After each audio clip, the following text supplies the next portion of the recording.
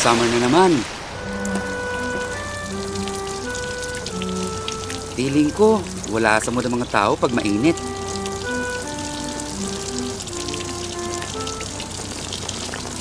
Actually, di naman talaga ganun kainit eh.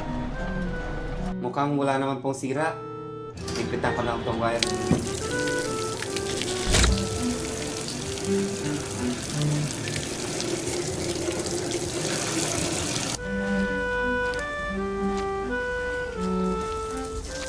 Oh, patapos ng lunch break. Hindi ka pa kakain?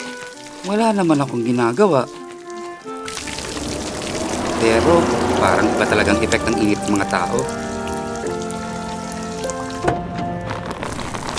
Hello, sir. Ano po? Kaya nag-grab car ako.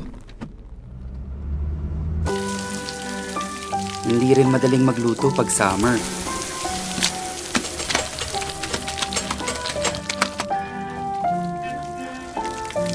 So nagpapadeliver din ako sa GrabFood. Kuya, mukhang madalas tayo magkikita ngayong summer ah.